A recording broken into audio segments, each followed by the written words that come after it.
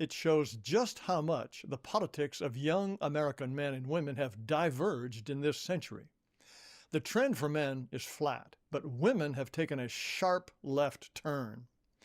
The political gap is even greater than this because these data include all races.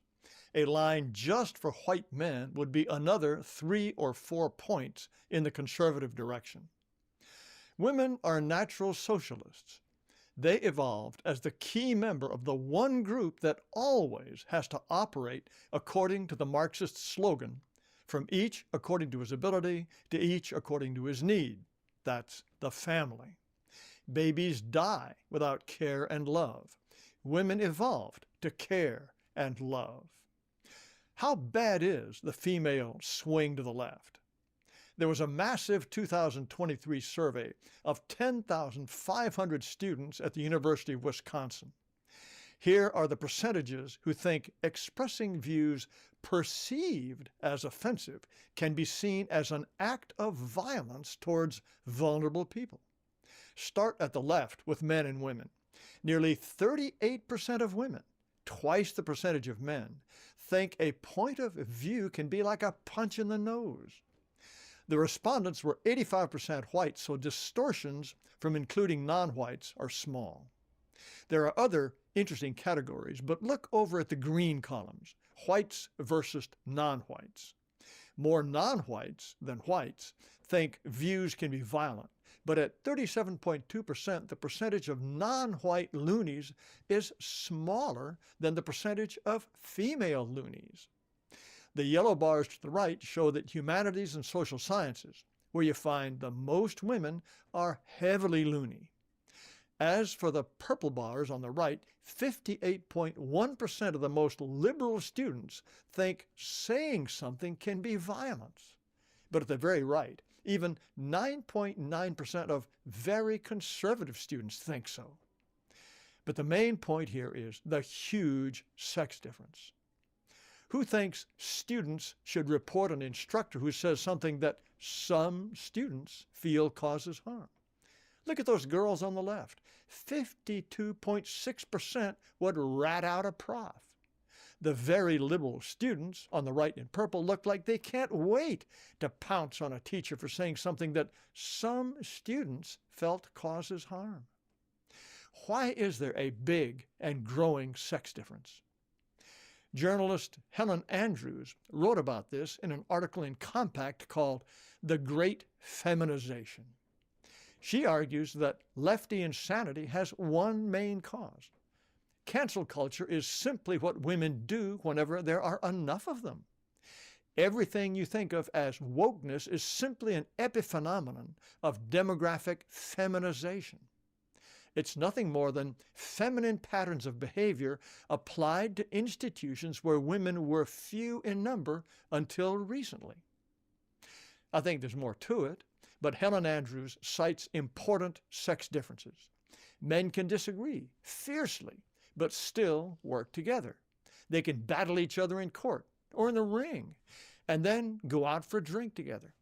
Women hold grudges. Even female monkeys hold grudges against each other. Miss Andrews says women evolved to solve conflicts not openly or through tests of strength, but by undermining and ostracizing each other. And women now dominate universities. They've also poured into law schools and journalism. Once there are enough of them, they run things according to squishy emotion rather than hard facts, and they stamp out dissent. That's what we saw in those student attitudes. Women are the ones who want to ban ideas that might hurt feelings. Feminized college turns young women into hard lefties, and feminized media keep them that way. Someone who writes at X as Vittorio has a different theory that starts out in a similar way. Women evolved to fear social exclusion because if you're pregnant or nursing a child and get kicked out of the group, you die. Men are more independent and they take more risks. Also, in every culture ever studied, men have a higher tolerance for disagreement. A committee meeting doesn't have to be a group hug. In fact, it better not be if anything's going to get done. Women love consensus. And Vittorio argues that social media are the biggest, most ruthless consensus machines ever built. You can see what everyone believes in real time. Disagreement is visible, measurable, and punishable at scale. And once everyone got a smartphone, social media could hound you, always, everywhere. This constant scrutiny by, potentially, everyone in the world overwhelmed the people who are most vulnerable to criticism, most fearful of not fitting in, namely young women. Social media surely contributed to the rise in mental distress from 2011 to 2021, with a sharp rise in 2016. As you can see, it's been worse for the youngest group, 18 to 25. And the numbers are a lot higher for girls. This is prevalence of major depressive episodes for adolescents in 2021. The other data are interesting, but look at the sex differences. A shocking 29.2% for women and 11.5% for men. These are major depressive episodes. And women are twice as likely as men to suffer from anxiety.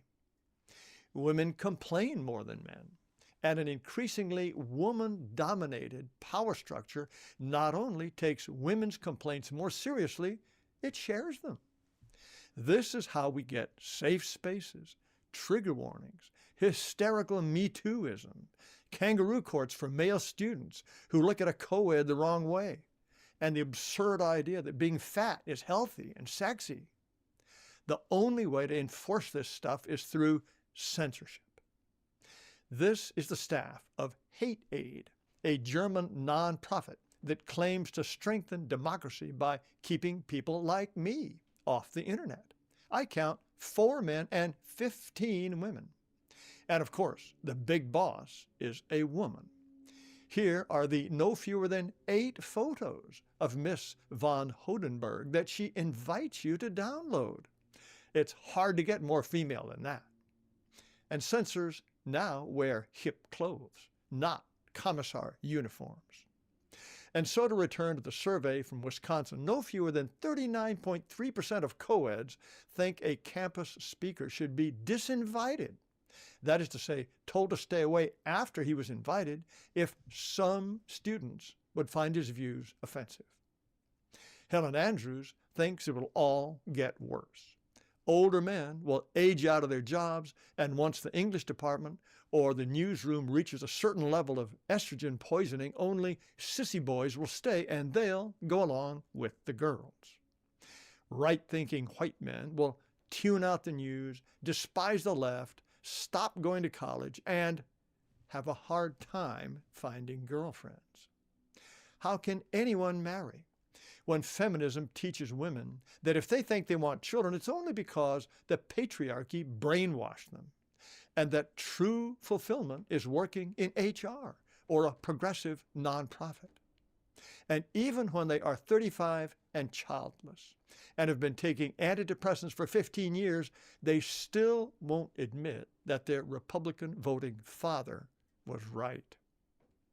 Steve Saylor thinks the sex divide can also be thought of as a marriage and babies divide. Married white women are a lot more likely to vote Republican, especially once they have children. They start caring about schools, policing, lower taxes, traditional values. And in 2024, 56% of white married women voted Trump. That's pretty close to the 59% of white men who did. Single white women voted only 47% for Trump. But the tragedy remains for young white men today. Traditionally, it was women who wanted to marry and have children.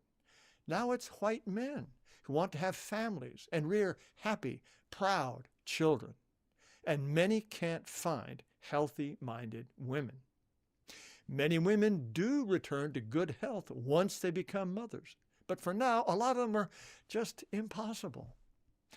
It's understandable why so many white men lash out at liberal women, but they are victims of a sick and cruel system, a system that hijacked the best part of their nature, their kindness and their caring, and turned it against everything that it is also in their nature to love, their men, their families, and their race.